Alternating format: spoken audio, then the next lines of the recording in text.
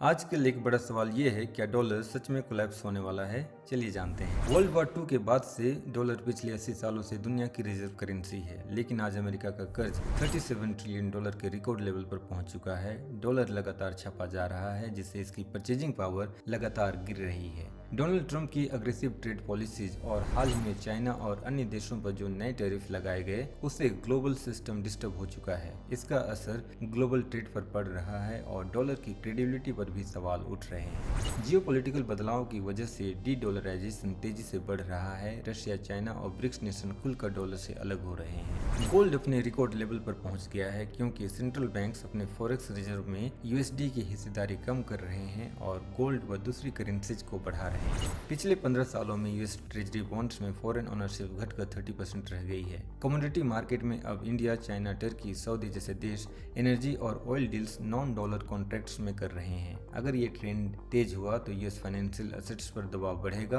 और global economic power balance बदल सकता है। लेकिन स्विफ्ट पेमेंट में आज भी 48% ट्रांजैक्शन यूएस डॉलर में होते हैं। एक्सपर्ट्स मानते हैं कि डॉलर अभी भी रिजर्व करेंसी रहेगा, लेकिन इसकी वैल्यू और कॉन्फिडेंस शॉर्ट टर्म में और गिर सकती है, लेकिन कोलैप्स अभी पॉसिबल नहीं। लेकिन बिटकॉइन इस मैट्रिक्स से निकलने का सबसे बेस्ट सॉल्यूशन है।